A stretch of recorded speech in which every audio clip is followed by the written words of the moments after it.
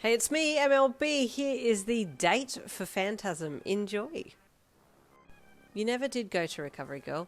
You had too much to do, and plus, you were aware of your own body and knew it was still doing okay. A lot of what Bakugo thought to be quirk overuse were your actual traits anyway, so back to work you went, scaring the absolute daylights out of everyone around you. As he said he would, Bakugo did get your number off you later, at school the next day, in the busy hall, in front of the rest of your class, which was kinda cool and kinda hella embarrassing at the same time. Oi, he grunted as he approached you at your locker, his voice immediately halting all the sounds around you. You heard his voice and froze, looking at the metal on the bottom of your locker as your locker door and arm blocked your view of him. He stood there for a second and waited, but you didn't move, which irked him. "Don't ignore me," he snapped, feeling a little embarrassed that he had made the trip over to your end of the woods and you were now being avoidant. "I'm not," you said, as you pulled back from your locker and composed yourself, bracing to look into those intense crimson eyes of his. With a deep breath in, you turned from the locker and looked at him directly, giving him a smile. "Number," he grunted in a softer voice, taking his phone from his pocket and pushing it out towards you, his red eyes flicking to his left and right, with head lowered slightly, as if he were a cat that had just walked into a neighbourhood of dogs. You could feel his discomfort as he eyed those around him who were looking at him. A few of your classmates had stopped when they saw the most seemingly obnoxious person in Class 1A near their room. They had had run-ins with Bakugo in the past and were wary of him. He too felt like a fight might be on the cards, and he was always ready for a fight, so you saw him adjust his stance in preparation for this while you took his phone. He had already set up the new contact section in his phone, so all you needed to do was put your name and number in. You did so, while he continued to scowl quietly at those standing by and watching. Then you handed him his phone back. "I'll text you," he grunted, before putting the phone into his pocket and preparing to leave. He turned to go, but Monoma suddenly arrived on scene, blocking Bakugo's path. "The king decides to walk among the peasants," Monoma mocked him. "Well, that's your internal monologue, isn't it?" Bakugo snarled and raised his hands a little, curling his fingers to touch and firing off some small explosions in his palms. "What brings you to our side of the building?" Monoma asked hauntingly. "Your funeral?" "No, yours," Bakugo suddenly yelled, throwing his arms back to use the explosions to propel himself forwards and start the attacks on Monoma. But you threw your quirk up and made Bakugo think he was being thrown into the void, with Monoma feeling the same way, disorienting them both. Kendo came running up to you at that point and entered the zone of your quirk, her world suddenly closing in as a dark swirling mass descended onto her, which made her senses wig out a bit. "Yen!" she called. "You're using your quirk, right? It's okay, I'll grab Monoma and you grab Bakugo. Deactivate!" You heard her and deactivated your quirk then, and ran forwards and grabbed Bakugo by the shirt. He spun in confusion and grabbed onto you, wondering who had grabbed him. "Hey, come," you said, stepping back but still holding onto him by the shirt and making him come along with you. He was slightly disorientated and followed your lead, and Kendo took care of Monoma, which was great. Not looking back, you took Bakugo off down the hall and then outside. "Sorry," you said as you took him away. "Just no point in fighting." "You used your damn quirk on me again," he growled from behind you. "Stop using your quirk on me." "It was a necessity," you replied, still not looking him in the eye as he walked. "You've done it again, haven't you?" he grunted. "No," you replied. You were about to tell him the true nature of yourself, but his friend Karishma called out then, and you stopped and looked around for the redhead. Bakugo too stopped, and looked and then reached for your hand to get it to unknit it from his shirt. You let go and looked at him. "I'll text you," he said before stalking off down the hall towards Karishma. You watched him go, and then looked at the ground. "I wonder what he's going to think when I tell him," you thought as you turned to go back upstairs. Bakugo texted you later that night, and the trip to the haunted house in town was set for that weekend. You were so excited, bewildered, and massively overwhelmed.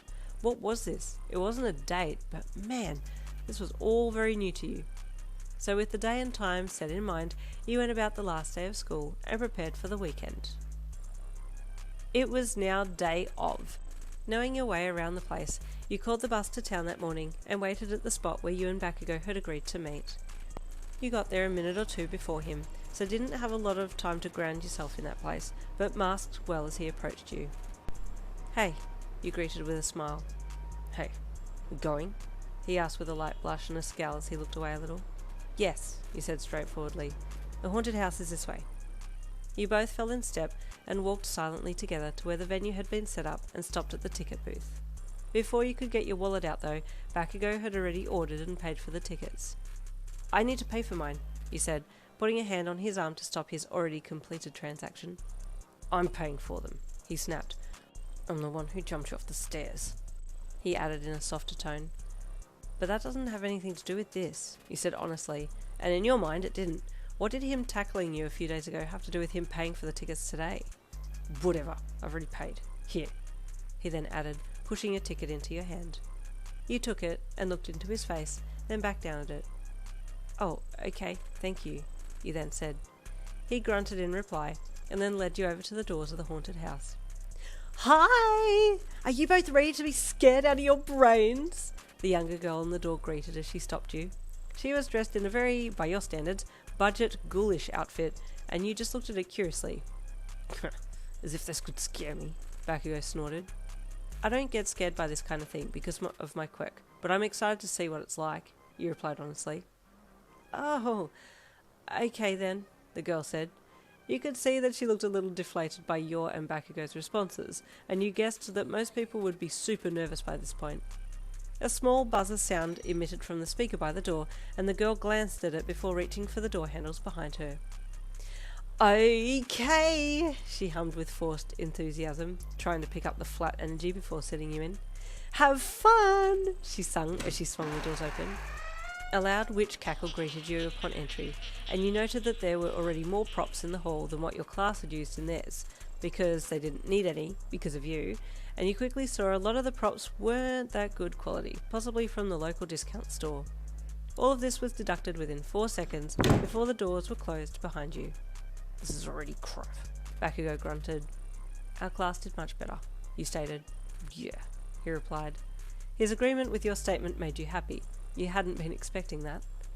Just then, bright lights flashed, like a makeshift lightning, while a thunder track ran in the background, and as the lights lit up the hallway ahead, you saw that what was supposed to be a headless man holding onto his head under his arm. It was the lowest budget character you'd ever seen, and you stood there for a second trying to work out what a normal response to this would be. "Ha!" Bakugo laughed. "You can do way better than this all on our own." Since you were both back in the darkness again, you didn't feel the need to look at him, but your heart felt warm fuzzies at his comment. "Let's walk," you said as you stepped forwards. You ducked under something hanging low and pushed some supposed cobwebs out of the way, but all they did was make you feel a little weird from the strings touching your hand. "Ew," you said softly, shaking your hand and flapping your other. "Come on," Bakugo said as he took your flapping hand in his and pulled you forwards.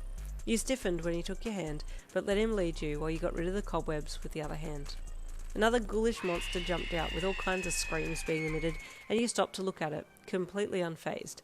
Bakugo snorted with amusement. You really weren't scared of anything. He still had a hold of your hand and could feel that you were completely indifferent to any of these. He was low-key impressed. You stepped around the ghoul, and then you and Bakugo kept walking. More and more monsters and skeletons and fake blood-covered chainsaws popped out at you both, but neither of you reacted. There was one where a head popped up out of the ground in front of you both, and Bakugo shivered but made no sound. You had to admit that one did give you a bit of a surprise, as you hadn't felt the hallway was raised on anything. It all felt very solid as far as you were concerned. "I wonder if any of the staff are using their quirks," you thought as you continued through. It didn't take long to get to the other side, and you looked at Bakugo. "Oh, was that it?" you asked him bluntly, looking back at the doors that you had just exited through. He smirked and then let a small laugh out. "Phew, that was it, pretty dumb," he said. He was still holding your hand, and you looked down at it, which made him let go. He'd forgotten he was holding your hand. "I told you I didn't get scared. I didn't like the cobwebs on my hand though, and the head popping out of the floor was different. I didn't expect that," you said, listing off things about the experience as you looked off elsewhere. Bakugo eyed you. He could tell something was off now, but he didn't know what it was. He thought that you were acting a little strange due to quirk overuse before, but you hadn't been using your quirk just then, had you? "Are you using your quirk?" he asked you. "No," you shook your head. "Why do you ask?" He opened and then closed his mouth. "Nothing. Let's get food. Spicy food," he said as he shoved his hands into his pockets and turned to go. "Yes, spicy's good," you replied, following after him.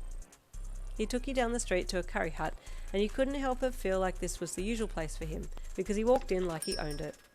You chose a seat and you sat down opposite him, reaching for a menu to order from.